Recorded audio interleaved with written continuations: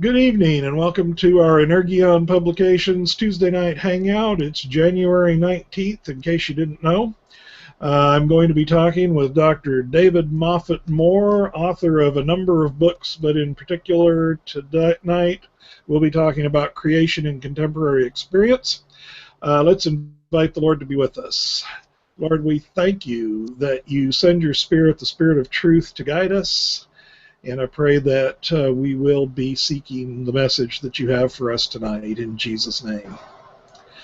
Okay, you're a pastor, Dave, and you've been preaching a Hot Topics series. So you told me that you've had a sermon on climate change. Now, I think a lot of people may find that's not exactly the norm for their church, right? It may not be, but it's certainly a hot topic. Our sermon, the title for our sermon series is Hot Topics on Cold Sundays. And the very first one was on climate change and environmental ethics.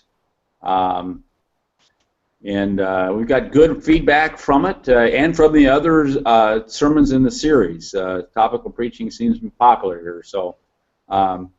Now, there are indeed people who still doubt the reality of climate change. I've read one study that 97% of the environmental scientists on the planet affirm that there is indeed climate change at work. 3% deny it. I read another more skeptical report that said only 46% of the scientists affirm global warming, and 6% doubt global warming. But in Michigan, we have a couple of college teams that play football and basketball, Michigan and Michigan State, and I suggested that if the final score was 97-3 or even 46-6, we would decide that that was a decisive victory. I think that we can accept the reality that global change is taking place.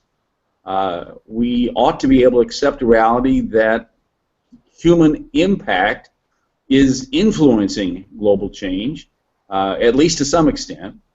And then the question is this a problem? Are we creating an environmental, how big is the environmental problem?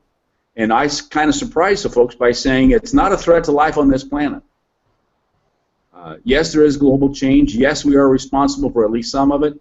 But no, it's not a threat to life on this planet. Life on this planet will go on. It may not be human life, but there will be life. I think anything short of a global thermonuclear war, life will survive on this planet fine, with or without us human beings. Well, I shared an illustration from a political cartoon I saw where the planet Earth was complaining that it had a fever. It was running a high fever because it had a human infestation, and it was trying to get rid of the disease. Yes, there is global change, global warming, and yes, well, in fact, 13 of the 14 hottest years of record since the 150 years we've been taking track of this stuff on global temperature, 13 of the 14 hottest years on this planet have been in the last, since 2000. That means we've had 15 years, and 13 of them have been among the hottest. So I think that there's clear signs of global warming. Okay, let's, as humans, we're probably mildly concerned, at least, that would hope so. the continuing life be human. You bring up kind of an interesting thing there with the scientific consensus. Climate change is not something that I have studied very much, and of course my training is not in natural sciences, and so one of the very unscientific approaches that I have is simply the counting of the people I know who have scientific credentials and an opinion on the subject. And on that, the score is lots and lots to 1. Okay. So of the people that I know that I would normally trust on other topics, the majority of them hold that certainly there is climate change. There's a little more how should I say, a little more dispute about how much of that is caused by humans. What our influence on the process is, but nonetheless, the general consensus. Okay, now you bring this in, and I do want to bring it to your book. First, let me tell everybody that we do have the Q&A app. If you have questions or comments, please go ahead and add them in. I'm talking to David Moffett-Moore, and he is the author of Creation in Contemporary Experience, and I'm going to add that in. Those who are watching via Google Plus or have joined the conversation on YouTube, you'll be able to see our showcase items. There's a link to follow Energion Publications on YouTube and another on Google Plus, and I've just enabled one which is a link to Dave's book, Creation in Contemporary Experience. Now, tie that in for us in terms of church. One of the things you maintain in Creation in Contemporary Experience is that the belief in God as the creator does put some ethical obligations on us, I guess. Yeah. So tie this together for us a little bit. There are well over a dozen creation accounts in scriptures from the first and then the second chapter of Genesis on through the book of Revelation. And each has its own way of telling the story. And they're wonderful stories and illuminating stories. But they are different. However, there are some commonalities. Every creation account in scriptures agrees on three main points. First of all, God is the creator. God is the source and destination of all creation, everything that is, was, or will be. The second one is, creation is a good thing.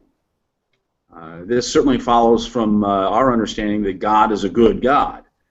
So creation is a good thing. In Genesis chapter 1, God sees all creation, and God says it is good. Indeed, it is all very good, and blesses all creation. So creation is blessed and pronounced very good by the Creator. The third point that every creation accountant agrees on is that we have a place in God's creation. In Genesis chapter 2, the second of those two creation accounts, we are placed in the garden. Creation scripturally begins in Genesis in a garden and ends in book of Revelation in a garden of paradise. So we go from the Garden of Eden to the Garden of Paradise. But God places us in that garden that God has created. It's God's garden, and God charges us with tilling and tending God's garden. We are the stewards. We are the caretakers for God's creation. It remains God's creation, and we are responsible for our care of God's planet, God's creation.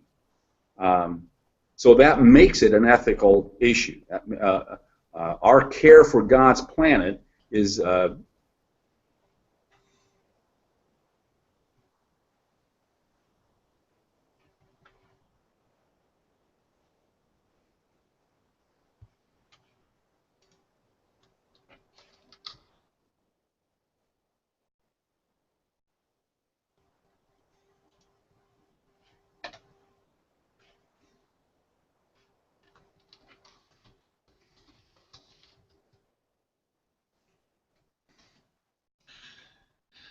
It appears that we've lost Dave here for just a moment, so while he's doing that, I'm going to note that I have enabled two more links. One is to his author page on our retail website, energiondirect.com.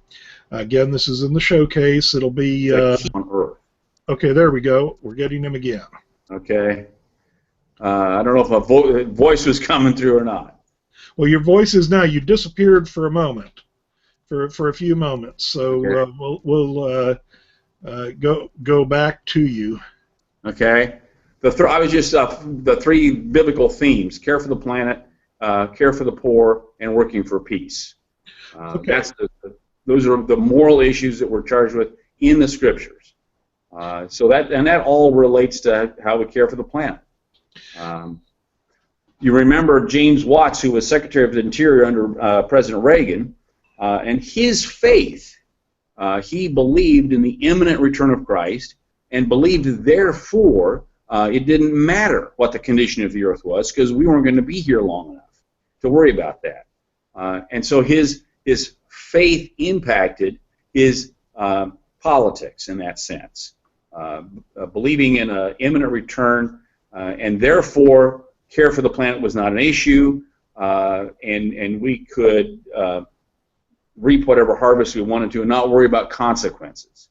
I think one of the things global warming says that we have to be concerned, not worried, but concerned and mindful of the consequences of our actions. One example is the Kehansi dwarf spray toad. It's a little tiny 3/4 inch long toad when it's fully mature, and it's found only in the bottom of a waterfall in Tanzania. So it's a very rare toad. And they're building a dam so they can conserve water, they can provide water for a development of agriculture. The dam will allow for hydroelectricity to be developed. It'll control flooding. There are a lot of human benefits from having that dam there, but placing that dam will end the species of the Kehansi dwarf spray toad. So we need to be mindful of the environmental cost of economic development. That's part of the cost, and the so-called carbon tax is another expression of that. Being mindful and considerate of the environmental cost of economic development. A third of the world's species of frogs are indeed endangered at this time. 1/3. Now, I don't have a lot of practical uses for frogs, but they're seen as a bellwether on additional risks in climate change, like canaries in a coal mine. When the canary starts dying off, you know we're running out of oxygen, it's time to take action. When the toads start dying off and the frogs are dying off in entire species, it's time for us to be mindful of climate change and take action. Okay. While you were doing that, I added, because you mentioned the multiple creation stories in the same series. As in the same series as your creation in contemporary experience, we have creation in Scripture. And here, Dr. Harold Weiss, who wrote this book, goes through those many stories, and also the different theologies with relation to creation that are available in Scripture. So here's this book, and then I'll hold up. This is a copy of Creation in Contemporary Experience. And the third one, Creation, the Christian Doctrine. We'll be talking about the forthcoming fourth book in the second half hour, which is Creation, the Science. And also, now I've been giving out a code that a coupon code that I only say in here for EnergionDirect.com. But right now, if you use the code Creation and order any of these three books, or this Worshipping with Charles Darwin by Robert Cornwall, if you order any of those and use the coupon code Creation, you'll get 30% off. That's now and for 30 days. 30 days from the live broadcast if you're watching this later recorded on YouTube. So just to let everybody know, you talked about the responsibility there that we have as Christians, and you've taken, I guess then, if that's an ethical responsibility, that is something that a pastor ought to address. I would guess. That is a thing that, as a teacher, you're talking about this as ethical behavior. The life of a frog.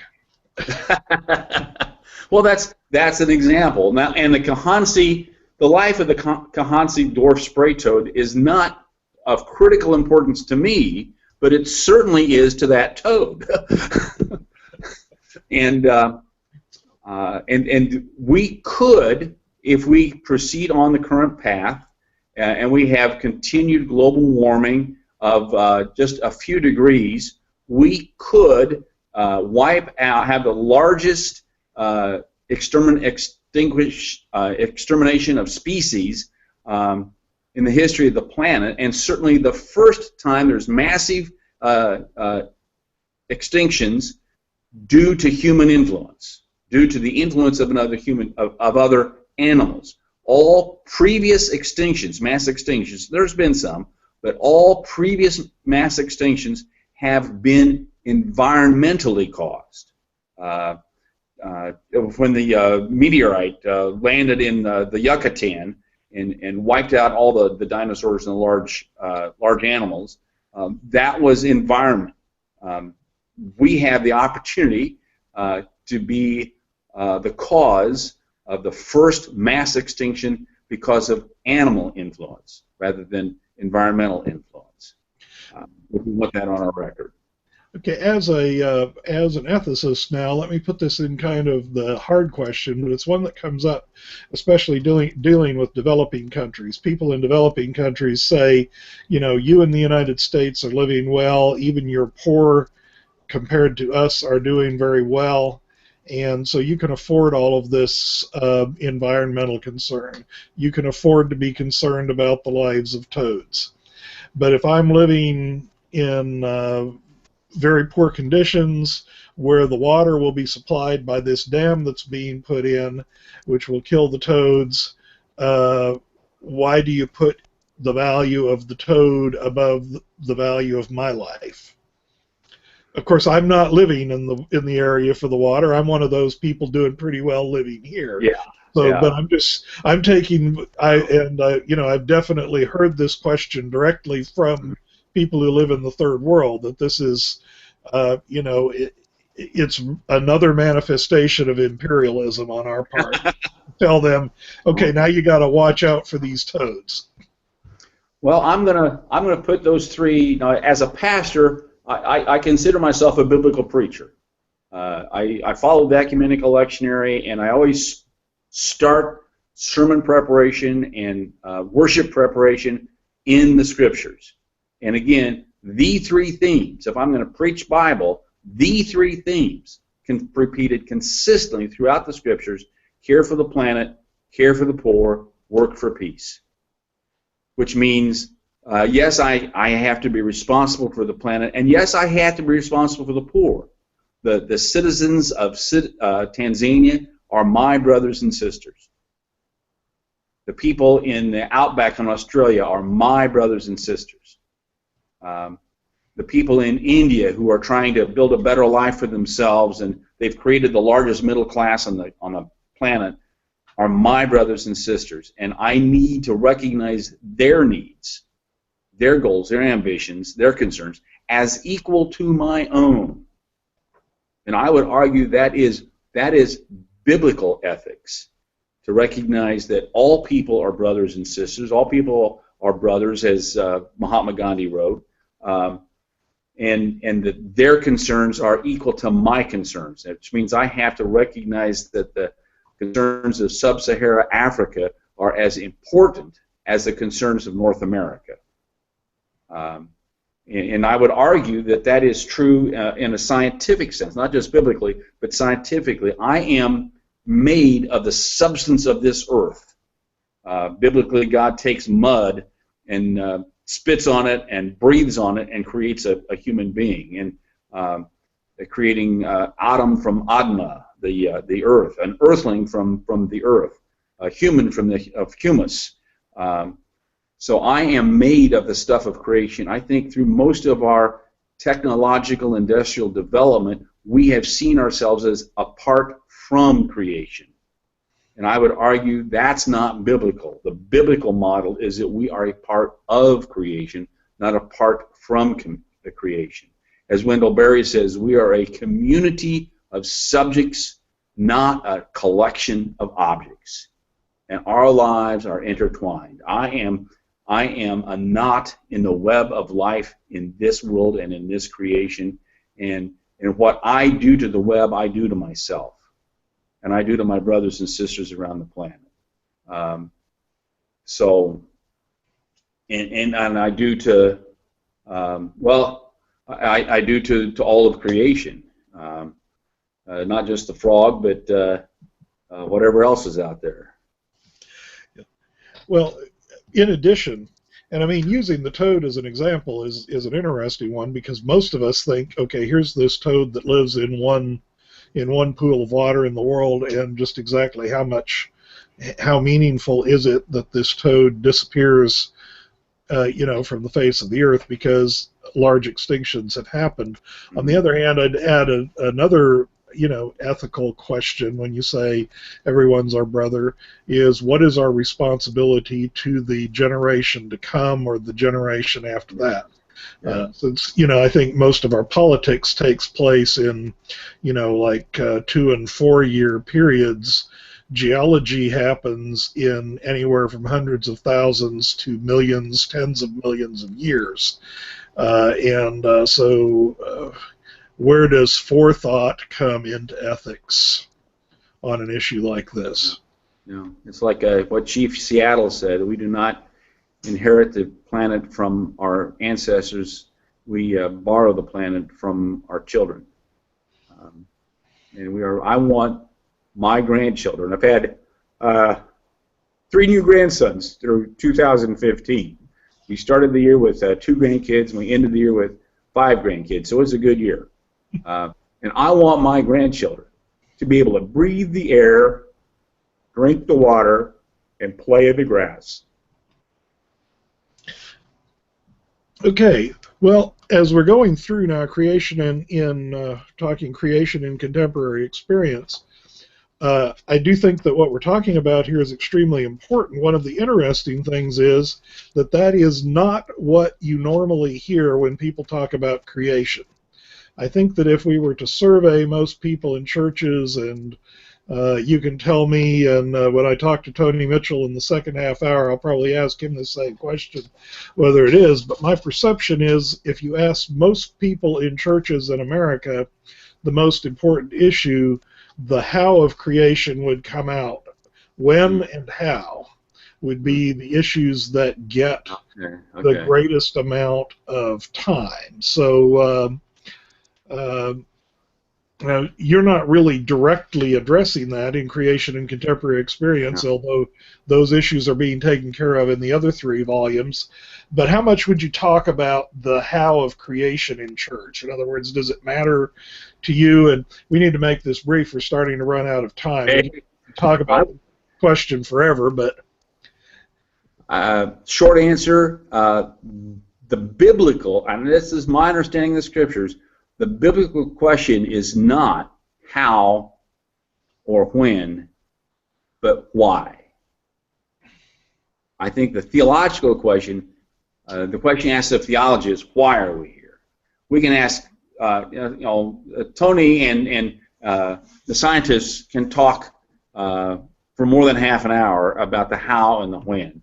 I don't think those are the principal questions of theology. I think the principal question of theology is why. Why are we here? What is the reason for our existence? What is the role we have in civilization, in creation? Is there a purpose, a meaning, an intention to my life as a human being on this planet? Or the why question. I think the why question is the question of theology. The 3 big questions of cosmology is why is there something rather than nothing? Because in the beginning, in the act of creation, matter and antimatter should have balanced out scientifically, and there shouldn't be anything, but there is something. Why is there something rather than nothing? Second question is why is there life? Because in the act of creation, in the Big Bang theory, there is matter. but what gives life to matter? And then the third question is, why is there consciousness? I am a bit of creation, a scrap of this wonderful cosmos that for a very brief span of time is given the sense to experience and participate consciously and intentionally in the process of creation, of ongoing process of creation. And that, to me, that's just a marvelous, marvelous realization. So I think the question before us theologically and pastorally is why? Okay, I want to lead, in conclusion here, I want to lead back to something you said earlier when you said you're a scriptural preacher, you start with the scriptures. Yeah. Because very frequently in this debate, those who, again, over the question of how, those who say accept evolutionary theory or even accept an old earth or something like that are considered we don't care as much about the Bible. And what I want to just basically give you a moment or two to speak on, what you believe about creation, what you've expressed here about these important themes. This is what you get from studying the Bible. This is what you believe is a scriptural historical mandate as a Christian pastor. Is that true? Okay. Yes. That's definitely. As I said, the Bible has well over a dozen creation stories, and the Vic book does a great job of dealing with them in wonderful detail. And they're different. They're different ways of telling the story. They all agree on God is the creator, creation is good, and we have a place. Personally, I take the Bible far too seriously to ever simply take it literally or literalistically. I'll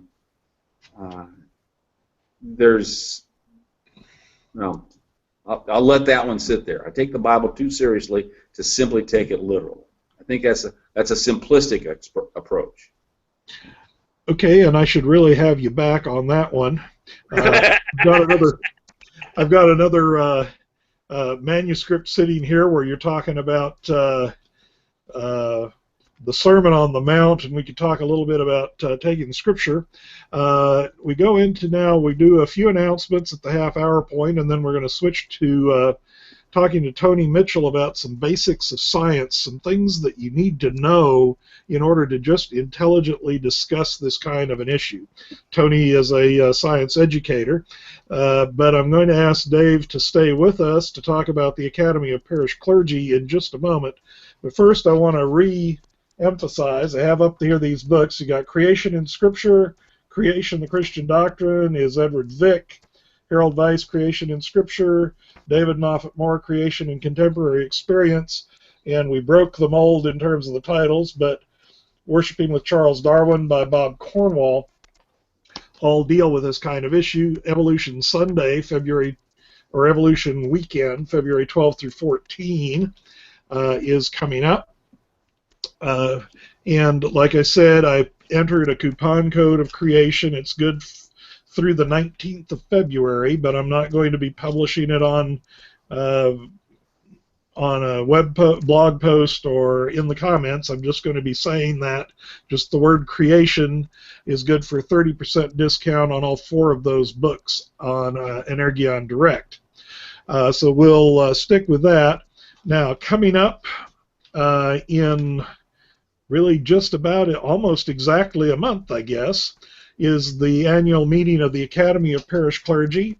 The Academy shows great wisdom in holding a meeting every other year in sunny Florida and doing it in February. And Energion will be there. We publish a couple of book series with the Academy, and Dave is on the editorial team for those series.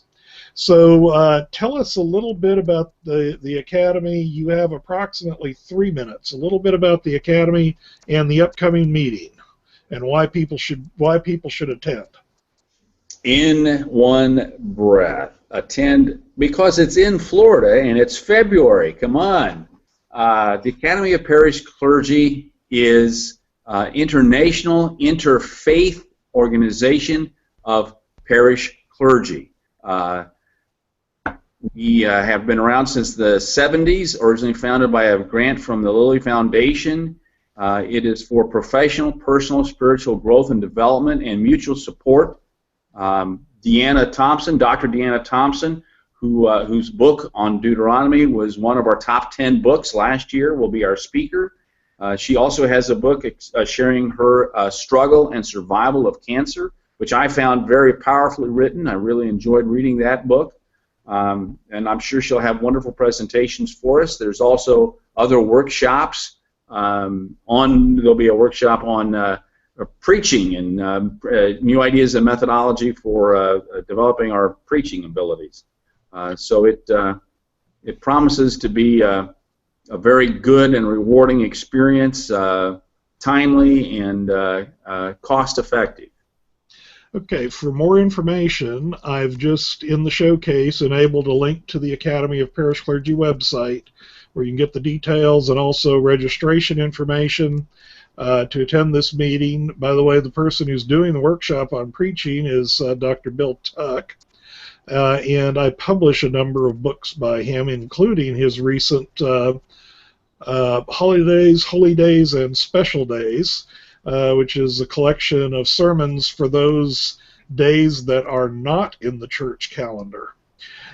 So we'll have copies of that there at the meeting, which is just north of Orlando. And I live in Florida too, but I'm a long ways from Orlando. That's a fair drive. So anyway, Dave, thanks a lot for being here.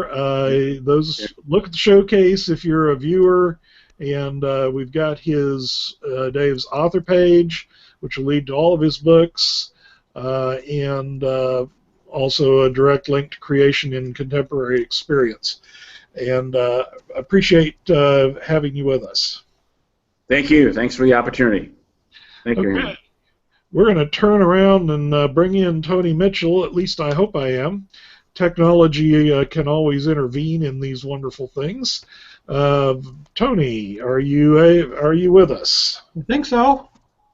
I can hear you. So far I haven't seen you. All right. How about now? Yep, I'm seeing your icon, but not you. It's you in this nifty graduating hat. Probably doing something like... How about now? There you go. Now we can see you and everything. Yeah, that picture is a inside joke. I was that was several years ago at Ohio Northern, and I was the last member of the academic procession by rank. Well, now there's a thing. I'm going to enable the link to your author page, and I'm just going to mention to people, as far as the showcase is concerned, I will have a link to another blog post that Tony has written when he needs that. Now, the reason I wanted to, in particular, to get you on today, I think you may have heard some of what Dave was saying. Yeah, stole my thunder. Well, the thing about it is, folks like Dave and I can talk scriptural, and we can talk. We talk a little bit about the ethics and the theology, but we don't really have the scientific skills to go in there. And one of the things I've noticed in a lot of these debates is that science is not the science involved in some of the discussions is not that strong in churches. And so let's just start out here. The phrase, and I hope this will lead us into talking about just how science works a bit. I was reading your blog post, and you've got a number of comments, but you'll often hear the phrase, well, that's just a theory, which implies certain things about the definition. Can you kind of comment on the just a theory? Well, a theory is an explanation, but it's an explanation after the data. You can't a lot of people, I think, misuse the term when they're talking about a hypothesis. A hypothesis is what we start with, for the lack of a better term, to drive the research, to drive the experiment. You don't go into the lab unless you got some idea of what you want to do. This is what I want to find out. The theory is what develops after you examine lots and lots of data. Darwin goes to the Galapagos, and he sees a lot. He sees a lot of different finches, and then that's where he starts to develop the idea or the theory as an explanation of what's happening. The other side of the coin is a theory also has to predict. Now, I'm not prepared tonight to talk about how does evolution predict things, because that's a time frame that we're not comfortable with. But when everybody says, "Oh, that's a theory," yeah, that's an explanation for what's taking place. So a theory is not a weak fact. Rather, a theory is how we explain. Well, you could use facts, but really data points. A set of data, and the theory explains how these things. You can't do a theory on one point. You've got to have several. You got to see the pattern developing. Okay. And once you see the pattern developing, then you begin to come up with some explanation. There's your theory. Okay, I'm seeing this. I'm seeing a number of birds. I'm doing this totally from memorization, which at my age is probably a weak point. What Darwin observed was the feeding habits of some of the finches and the size of their beak. And then he began to relate that to what they were eating. The narrow, long beaks were nectar eaters. Short, pointy beaks were seed eaters. You have the benefit of a feeder on my porch. And so that's where he's beginning. Okay, I'm seeing this. Why is this happening? And that's where he starts to get that's where he starts to develop his explanation. But he starts from his observations, and that's the critical thing. Starting from the observations. Okay, so we're at that because this comes up in debates a great deal, and just a couple of things that I'm going to mention before I ask you the question. One, I do have the Q&A app active, so if any of our viewers would like to ask questions or make comments, you can feel free to do so. Tony has his PhD in chemistry education and is also a United Methodist lay speaker. So he's been around both sides of the block quite a bit there on some of these questions. Now, you get to a theory. I think one of the important questions that sometimes gets overlooked: how do you overturn a theory in science? I mean, we get the talk about what we used to believe and what we believe now. Newton to Einstein is one that people talk about a lot. How do you overturn or modify a theory in science? Preponderance of evidence. I've been watching a thing on Einstein and the background information.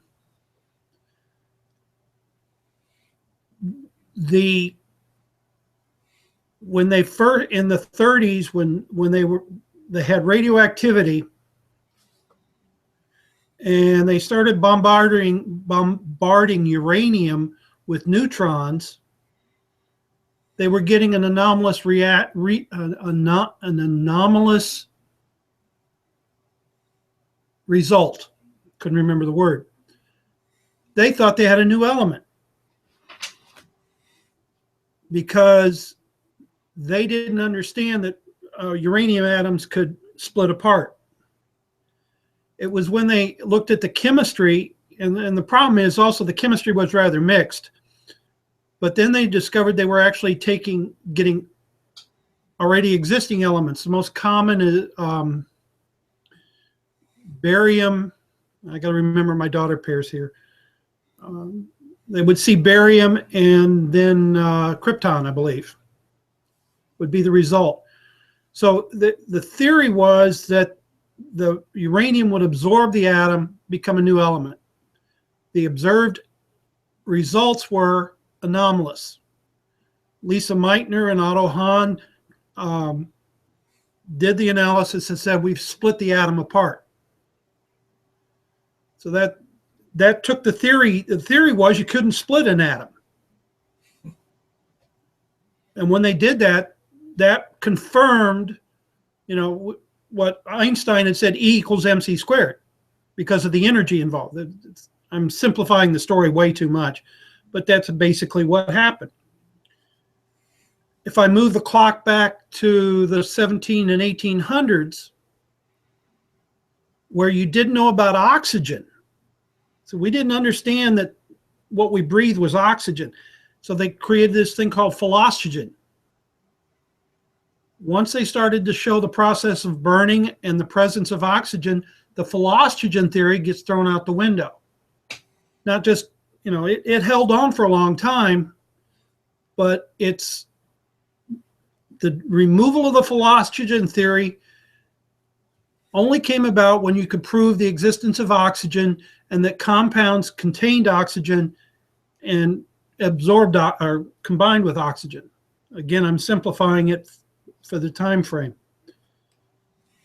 A theory demands to be tested. That's something that I hold, that I believe is part of the theory. The reference there is called Karl Popper.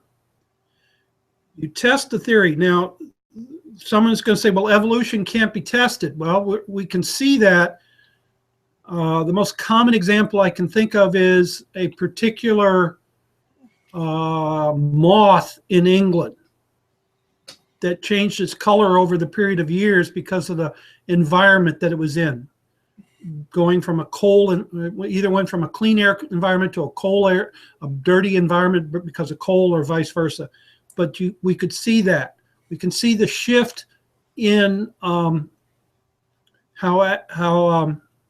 animals behave as an evolution. Viruses, for example. Viruses change according to the environment they're in. That's the idea of a theory. If we hold it, a theory is in an immutable phrasing, then we're in trouble. Yes, I would guess that, and by the way, I'm going to make available in the showcase the link to your blog post, The Processes of Science, because you've been touching on things that that are written up there as well. So those who are following this on Google Plus, or have used the Join the Conversation link on YouTube, will be able to get the link to the blog post titled The Processes of Science. And there are other links in that they can follow that update that information. Okay, well, that's a good thing to have there. So the idea here is, first of all, several ideas that I think people might miss. And so let me just bring these up and you can tell me whether I'm on track or not. A scientific theory is not some sort of immutable thing. Correct. It can change. I mean, one of the arguments that I hear about evolution, very often I will read material that challenges evolution as Darwin proposed it.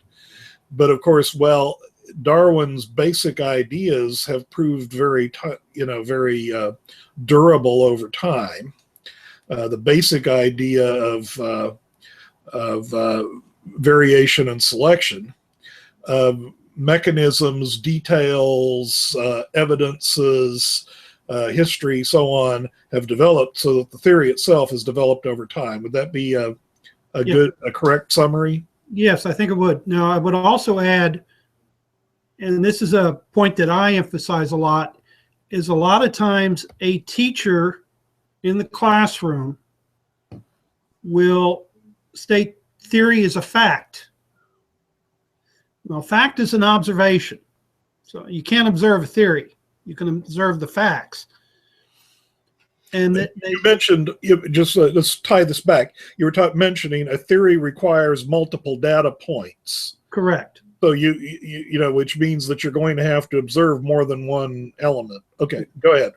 So what they're saying is evolution is a fact, and then they lock into that. And that's where the challenge becomes. You know, I believe that evolution takes place. It's a process. But I would challenge any teacher who tells their students this is a fact and this is the way it is. Okay, let me ask you a quick question then. Well, another one of these observations that I would make, what I hear people talk about sometimes, the fact of evolution, which is that the genetic makeup of populations varies over time. The theory of evolution has to do with explaining that. How good would that be? I'm going to take a pass on that one. Okay, just curious, because I've heard that used as what every scientifically knowledgeable person I ask will tell me what you've just said, which is the theory doesn't turn into a fact. Correct. Because that just isn't what it is. It explains things.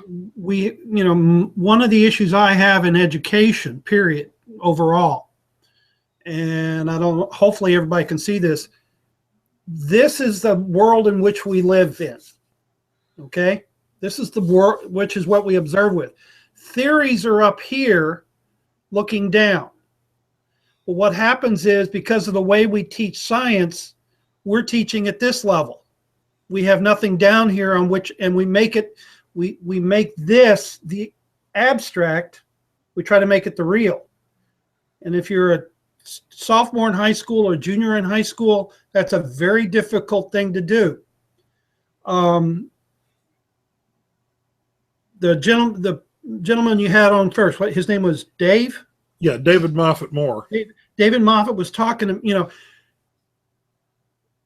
it's very interesting because right now, over half of the American public believe the Genesis story is correct, that God created the world in 7 days.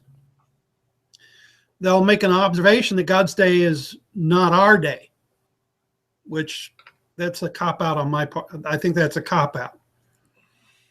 The reason why they do that is perhaps it's easier to know that. They were never presented the information about the age of the earth being on the order of 13 billion years. So it sticks in their mind. And this is where the crisis comes in, when we're trying to teach what is the actual occurrences. And I'm not saying that, my take is that Genesis is a story. I imagine a bunch of kids several thousand years ago sitting around the family was a nomadic tribe, and they asked their grandfather one day, "Why are we here?" or "How did we get here?" And that's the story. And as he said, there are several stories in the Bible, and there's something like 50 different creation stories. So we have to spend a lot of time saying, this is what we've observed. And from these observations, this is how we think we've gotten to this point. So there's probably a problem that we're dealing with here, and just kind of both a comment and a question toss it back to you, is that it's a little bit, how shall I say, I don't know, it's not quite counterintuitive, but it's counter to the way that we actually live. Geology happens, as I was saying, in hundreds of thousands to millions, tens of millions of years. and our lives occur in these very short time frames. So we tend to think much more quickly. I've used in Sunday school the illustration that, in some ways, a bit of fundamentalism has evolved into our makeup, which is to say, if you're around the campfire, the saber-toothed tiger fundamentalist wins because he throws the spear into the tiger and doesn't try to say "nice kitty." Yeah. So there's a little bit of that program, because simple answers that you can apply quickly are, they're practical, they're easy to use, and the facts here tend to go so far out of our comfort zone, both in terms of climate change, which was what Dave was talking about largely, and in terms of of evolutionary theory. We're completely out of, you were using your illustration here, this drops way down when you're talking what happened, over life beginning to evolve. Right now, I think the last I was reading was 3.7 billion. There's a I don't know if that one's been confirmed. Yeah, the universe is on the order of 14 billion years. And this is the extrapolation from the data that we've observed about galaxies. I might add, at this point, the term Big Bang was created by an atheist. I'm not sure that a lot of people are aware of that. That there was, when Edwin Hubble first observed the movements of galaxies, and they were expanding, and suddenly and this is again going back to what we talked about earlier, we had a theory about the universe. Edwin Hubble uses the big telescope down in Mount Palomar, California, takes pictures of the galaxies and notices they're moving away from each other at a rapid rate. Far more rapid than the theory would entail. And thus we begin this idea of the expansion of the universe, and we can move backwards in time to a point when everything started.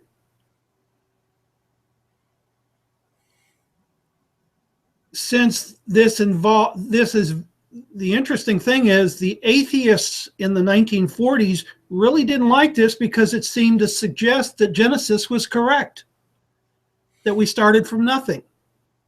And thus they created the term the Big Bang, which they meant to be derisive. And it stuck. Whether it was big or whether it was a bang is a philosophical question for another day and time. But the evidence moves us back to 14 billion years for the universe. Life is 4 billion years, give or take. Yeah, I think I was seeing a 3.7 that was the something like that. Yeah, some I can't remember what the evidence was, but it wasn't direct. It was, but it was likely that some single cell life existed. Yeah. On Earth, which is older than we had thought. Well, the more we look, the more, it's just, I was totally fascinated by the announcement of, they found a cave in South Africa that contained several, I think on the order of 100 fossil individuals, not just 100 bones, but bones of 100 individuals. And this amount of data is changing our thoughts about the development of the human species, from the Australopithecines, the ape-like creatures, to the Homo habilis, and then ultimately Homo sapiens. It's an interesting thing there, because you've talked now several times about, the development of the theory, and I hear this presented sometimes negatively, that the story of science is the story of errors. We were wrong about this, we were wrong about that, we used to be wrong about the other thing. But when we're really looking at here is the fact that science can and does correct and grow. A lot of people want science to be perfect. They want to, we mentioned it in passing a minute ago. They want science to have the specific answer. But we're making measurements, and our measurements are oftentimes flawed, and our notions about what we want to see tend to create what we see. Case in point, real quick, like the infamous Piltdown Man. Our British colleague, who was the gentleman I was on Fridays with? Oh, Chris Eyre. Chris Eyre. I think he would enjoy this. The whole concept of the Piltdown Man was the British felt left out. That the Germans had a fossil, the French had fossils, French had paintings, and the British were feeling left out. So somebody created the Piltdown Man. And the only reason it survived for as long as it did was because there was no way to prove that it was a fake. But once they proved it was a fake, science is self-correcting. And a lot of people don't understand that. They think that we don't make mistakes. That's one of the problems, and I think, as a matter of fact, even though I believe he would probably argue with us, the other individual that you're on with on Fridays sometime, Elgin, constantly points out that we should use the word proof a lot less, because we rarely really prove things. We get the preponderance of the evidence, and so when you demand that something be proven, you're in territory that humans rarely attain. Yeah. If I remember correctly from my philosophy class at Iowa,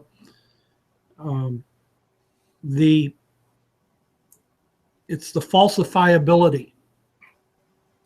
All it takes is one, as long as you can't prove it wrong, it's true. But the moment you have one piece of evidence that proves it wrong, you have to go to something new. Something like that. I could, Well, and you'd also have things that slightly look different, and then you adjust because a theory is very complex. Yeah. I recall reading, because both Stephen Jay Gould and Richard Dawkins, though I find Richard Dawkins on philosophical issues to be somewhat annoying, but as a scientist, he's written some very good material. Stephen Jay Gould and the punctuated equilibrium, and Dawkins and the slow change over a longer period of time, which actually a lot of people mistook, because both of them are talking about things that happen over, anywhere from hundreds of thousands to many millions of years, just different paces within that. And so as the evidence comes in, then you adjust. A theory may be adjusted as well as overthrown. Those are both options. Well, in my area of chemistry, we knew there were things like protons and electrons. And we assumed that they were in one particular arrangement. And then when they discovered radioactivity in the late 1800s, this changed the model. And so and then the discovery of the neutron in 1930 changes the model more. You have the evidence, you try to explain it. The more evidence you get, the better off you are. Okay, we're running out of time. We're really out of time, but I do want to give you just a moment if you want to make a conclusion, although I think you almost just did. Kind of cap on really a summary of what you've been trying to say there. Yeah, well, the key thing is, and I'll go back to something that was said earlier. We can explain, or we have an explanation for how the universe is the way it is, how the world is the way it is. We don't have a why. The why is you know, why is there life? You know, as I sit there working on the book, I know the experiments that'll create the compounds, but where does the spark that creates the soul come in? And that to me is the proof of God, is that God is part of this process. He's just waiting for the right moment. It may be a little more simple than some people want. I can explain the how. I leave it to the theologians and the philosophers to give a more detailed why. Okay, well, thanks for joining us. I've enjoyed both of these conversations tonight. And we'll be back on next week. Next week we have a kind of a serious meeting. We'll have Alan Bevere, who is a United Methodist pastor and also an adjunct professor at Ashland Theological Seminary.